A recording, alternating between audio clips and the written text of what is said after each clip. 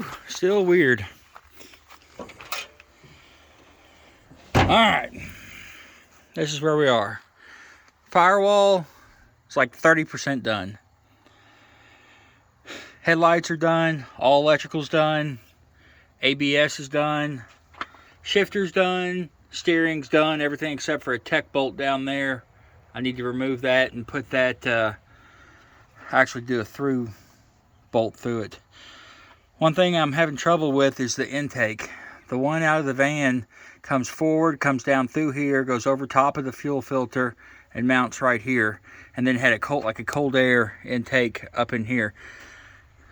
Yeah, cold air. Can't really do that. As of right now, I'm not going to have AC, so this area is open. I think what I may do is get some sort of pipe, come off of here, 90 over, and then put the air filter right here. So the air filter and the PDM is the only other thing. It's just sitting there right now. Will it be okay? You know, does it have to be out of the heat, or maybe I could build some sort of enclosure or something for it? The mounting of that's going to be the other thing. Obviously, the IDM, injector driver module, fuse block. It's so weird having ABS feedback on the pedal inside of the truck. But, like I say, lighting's pretty much done. Most of this is done. I have driven it up to 50 miles an hour. I do believe the transmission issue I posted about the other day was indeed low on fluid. So I've got to get more fluid because the half gallon I had, or the half quart I had, was not enough. Obviously some wiring to button up. In here, the gauges, no clue what I'm going to do with those. As far as the cluster, because I couldn't figure out how to mount it in here and look good. So I've got Dakota digital gauges coming. They will be OEM Chevy gauges. Beautiful, from Squarebody Syndicate. Pretty penny on those bastards too. They were like $1,300. But anyways, they plug into the OBD2. So it is 100% plug and play as far as the gauges, I hope. But I have to hardwire in all the indicators, you know, turn signals, high beam, wait to start light, all that stuff, which is no big deal. And there's plenty of harness on the back of that cluster for me to put the box wherever I need to put it. It's a box about that big, and we'll have to put somewhere in here. All the HVAC wire and everything can all be tucked up and away for right now because I'm not using it. I do have a universal heater box. It's 13,000 BTU. I hope it's enough. If not, I'll tap off the second heater line that I blocked off on the back of the block and put a second heater behind the back seat. But I actually should, by the end of the week, have the dash done. There's the firewall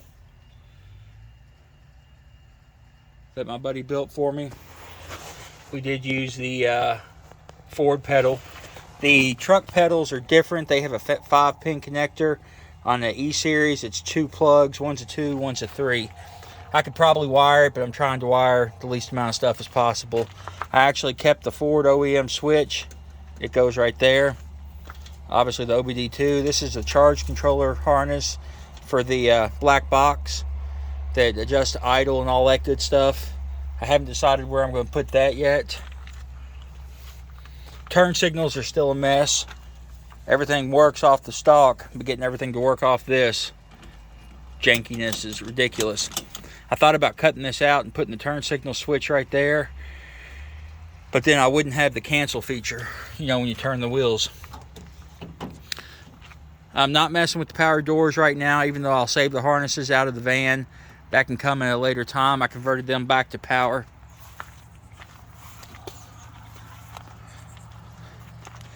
She's a really stiff ride. I'm assuming because there is no weight. You know, this is an E450 chassis, so there is no weight on this. You know, what, maybe 1,000 pounds for the body, 1,500 at best. Flatbed I hope to get this weekend. It depends on how I get a roofing job that I'm doing here on the house done. A lot of people don't like these patches, but it saved that door. It was all rusted out, stiffened it up, and with the paint job I'm doing, it won't matter. It'll look cool. Need to do some sort of rubber insert here to cover up, you know, tire splash. I don't know if in the trucks, if the engine is offset to the passenger side. It is in the vans. See how much further I had to come over into the passenger side seat. It is okay though. There is plenty of room for your feet. So that's it, guys. Just a little update. You know, you all have been super duper supportive and I really appreciate it. So if you have any comments or anything you see that's blatantly wrong, let me know. Like I say, intake and PDM are my two next projects. And this bad boy should be ready to go to town. You guys be good and be safe.